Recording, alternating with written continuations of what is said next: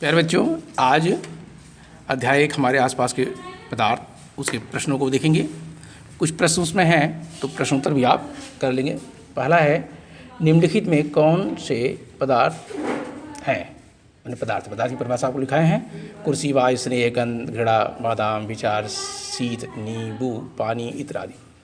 तो पदार्थ निम्न है: कुर्सी, वायु, बादाम तथा शीत, पानी पदार्थ ये सभी स्थान घेरते हैं तथा इन सभी का द्रव्यमान होता है, इत्यादि पदार्थ है।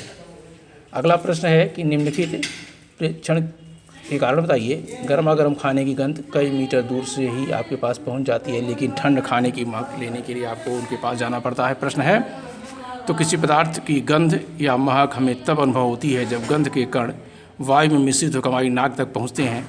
यह भी जानते हैं कि कणों का विसरण किसी माध्यम में उच्च ताप पर अधिक तथा निम्न ताप पर कम होता है, इसलिए गर्मा गर्म खाने की गंध तेज़ी से के साथ कई मीटर दूर तक पहुंच जाती है, लेकिन ठंडे खाने की गंध लेने के लिए हमें उसके पास तक जाना पड़ता है। इस नाते गर्मा गर्म खाना दूर से ही महक जाता है। इसके बाद एक प्रश्न है इसमें, स्विमिंग पूल में गोताखोर पानी काट पाता, पानी घटा पाता है। इसमें पदार्थ का कौन सा गुण परिचित होता है? तो स्विमिंग पूल में गोताखोर पानी काट पाता है क्योंकि जल के कण के मध्य आकर्षण बल बहुत कम होता है। कण का है, अणु का है, आकर्षण बल बहुत कम होता है, जो कणों के मध्य आकर्षण साथ साथ रखता है। अगला प्रश्न है, पदार्थ के कणों की विशेषता क्या होती है? तो पदार्थ के कणों की विशेषताएं, पदार्थ के कणों के मध्य एक आकर्षण बल उपस्थित होता है। पदार्थ के कणों के मध्य पर्याप्त रिक्त स्थान होता है, जिसे अंतराणु स्थान भी कहते हैं। पदार्थ के कणों के मध्य निरंतर गतिशील होती हैं। पदार्थ के जो कण हैं अपने मध्य में बिंदु पर या मध्यमान पे निरंतर गति करते रहते हैं। पदार्थ के 3 रूप ठोस, द्रव, गैस होते हैं। पदार्थ की अवस्थाएं उसके कणों की विभिन्न विशेषताओं के कारण होती हैं।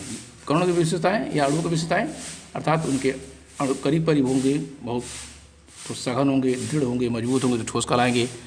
अणु थोड़ा दूर होंगे वो द्रव का रूप लेंगे, इसलिए तरलता पाई जाती है। और उनके अणु या कण बहुत दूर दूर होंगे तो गैसीय अवस्था हो जाएंगी। इस प्रकार ये प्रश्न इस अध्याय का। अगला प्रश्न है, किसी तत्व के द्रव्यमान प्रति इकाई आयतन को घनत्व कहते हैं। तो घनत्व बराबर द्रव्यमान बटा आयतन सूत्र है। बढ़ते हुए घनत्व के क्रम में निम्नलिखित को लिखना है: वायु, चिमनी का धुआं, शहद, जल, चाक, रुई, लोहा। तो घनत्व के बढ़ते क्रम में जो पदार्थ है वायु, चिमनी का धुआं, रुई, पानी, चाक, लोहा, अर्थात जो सबसे हल्का है वो पहले रहेगा, इसके बाद बढ़ता हुआ रहेगा। प्रदान के विभिन्न अवस्थाओं के गुणों में होने वाले अंतर को सारणीबद्ध कीजिए। तो गुण है ठोस, द्रव, गैस का बनाया गया है। आकार, ठोस के आकार निश्चित होते हैं, स्थिर आकृति बनाए रहते हैं। द्रव के आकार निश्चित नहीं होते क्योंकि उन्हें जिन भी बर्तन में रखेंगे उसका वो आकार ग्रहण कर लेता है।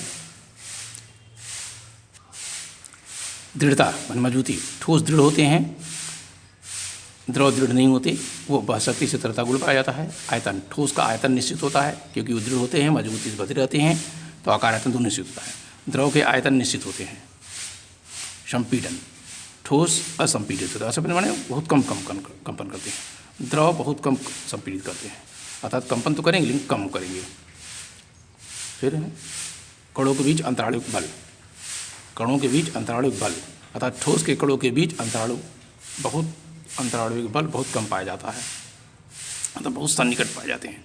और द्रव के कणों के मध्य ठोसों के पीछे अंतराणुविक बल अधिक पाया जाता है, परंतु यह बल आयतन स्थिर बनाने के लिए पूर्ण होता है।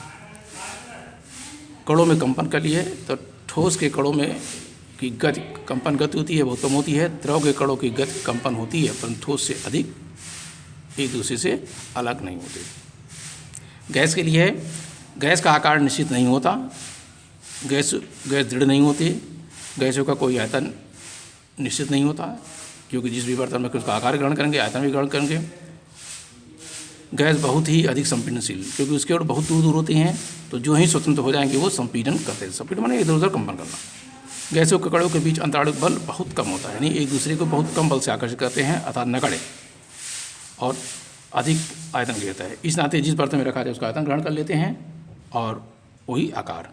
गैसों के कण तीव्र वेग से अनियमित गति करते रहते हैं।